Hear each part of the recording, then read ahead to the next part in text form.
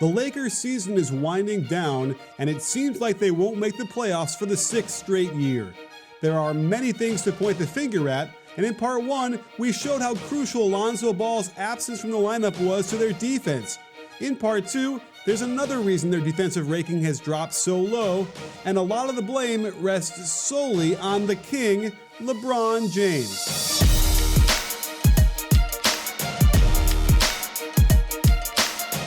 Before we get to the defensive lapses, it's important to understand why the roster itself was so troubling to begin with.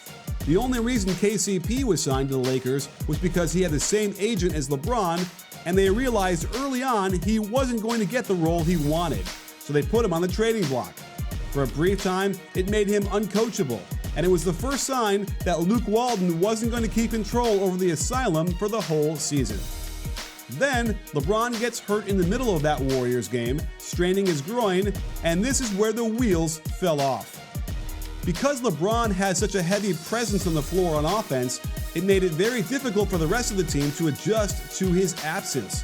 The most played lineup during this stretch without LeBron, essentially plugging Josh Hart into the king slot, was an unmitigated disaster.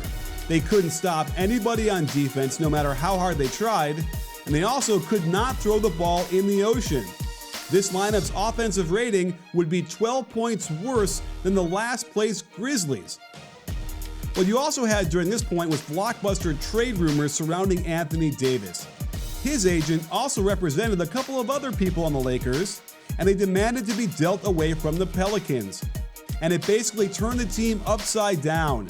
At one point, there were 9 Lakers involved in the trade talks. The constant questions and uncertainty leading up to the trade deadline put tremendous pressure on these kids, and without LeBron to help them on the floor, the season began to crumble. Remember all those vets on one-year deals I mentioned? Well, they started getting upset too, as they realized they had no trade value, would not get much playing time in LA, and saw their dreams of another good contract disappearing. It got heated in the post-game locker room and ultimately led to the Lakers trading Beasley. But they were forced to add talented big man Ivica Zubac in order for the Clippers to take him, and Beasley was promptly cut from the team. With LeBron back in the lineup, it's only gotten worse. It's possible he rushed back from the groin injury, but it's also possible that his complete lack of effort on the defensive end was just a natural progression from the last several years. And it has oozed into everyone else's performance too. The Denver game was a pretty good microcosm of all the defensive issues surrounding the team. Rajon Rondo was a big culprit as he exerts no effort to get around the 1-5 pick and roll, and Murray nails an easy jumper for 3 points. Reggie Bullock loses sight of the ball, the pass whizzes by his leg, and LeBron is unwilling or unable to step over and help protect the rim. More bad energy and effort as Rondo is in decent position in the kickout, but there is no other pursuit and they leave Beverly wide open for a wing 3. If they try to stunt by doubling the post, no one else seemed to be on the right page, as Rondo doesn't step over to take away the cutter. There was plenty of systemic breakdown to the defense where the team wasn't versed well enough on rotations and didn't communicate at all. But the effort by LeBron was really where their issues here stood out the most. Earlier in the season, they had promised small ball lineups with LeBron at center, but he would simply refuse to guard the opposing team's big man, forcing Kuzma to do so. And those results were not pretty in the slightest, and it was no fault of Kuzma's. Even when he did pick up the center, he was so averse to putting a body on Lopez here that he leaves him all alone in front of the rim and half-heartedly contests the baby hook. Here, LeBron is guarding Capella, and the Rockets immediately target him by setting a ball screen. Look where LeBron is as one of the best point guards of all time turns the corner. Can you hear me shaking my head? He would be flat-footed on the weak side with no intention to help. As this pick and roll goes to the left side, he doesn't even take a step over to stop the roll man from dunking. Guarding one of the best shooters in the league on the switch, he wanders down with both feet in the lane and closes out with a half-hearted effort to get a hand up.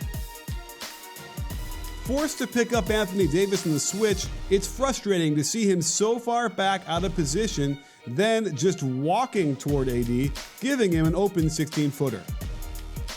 Teams that could get LeBron into closeout situations tended to fare very well. as he just doesn't seem able to stop penetration, and in this game, Julius Randle destroyed him over and over. It got so bad in the Hawks game that they mercilessly targeted him in the pick and roll, and there was simply nothing he could do to stop them from scoring enough to win the game going away. Perhaps no other play this season made it clear how much of a liability LeBron has become than when Kyle Kuzma literally shoves him in order to get him to rotate to a shooter that he had no intention of covering. And for one of the greatest of all time, it's just not something you want to see. The Lonzo Ball injury really hurt the team, since his presence clearly helps the defense, and perhaps his playmaking would have gotten better with more time on the floor. But let's face it, this roster was simply so flawed from the beginning that an 8th seed was probably the ceiling for them, and once the injuries to Ball and LeBron happened, they didn't stand a chance. This could be a good thing, however. Maybe the solution to LeBron's decline issues is a nice long offseason to rest and recuperate. The fewest games he played in the playoffs was 11 back in 2009-10, and he's averaged 21 extra games since. The bigger question looming over the Lakers' heads, including Magic and Rob Pelinka, is what will they do with all their cap space? Can they lure a big-name free agent or two? Is LeBron still a magnet for other superstars? Was he ever? While those questions linger, the lessons we've learned are: don't sign a bunch of veterans with checkered pasts to one-year deals, and develop the young core of talent you have above all else. We know now that the Lakers will not make the playoffs for the 6th straight season, and they will most likely have another head coach come the fall. With all this uncertainty heading into the offseason, you have to wonder who, if anyone, will want to wander into this den as a free agent, and if they do, will it get them back in the high life again?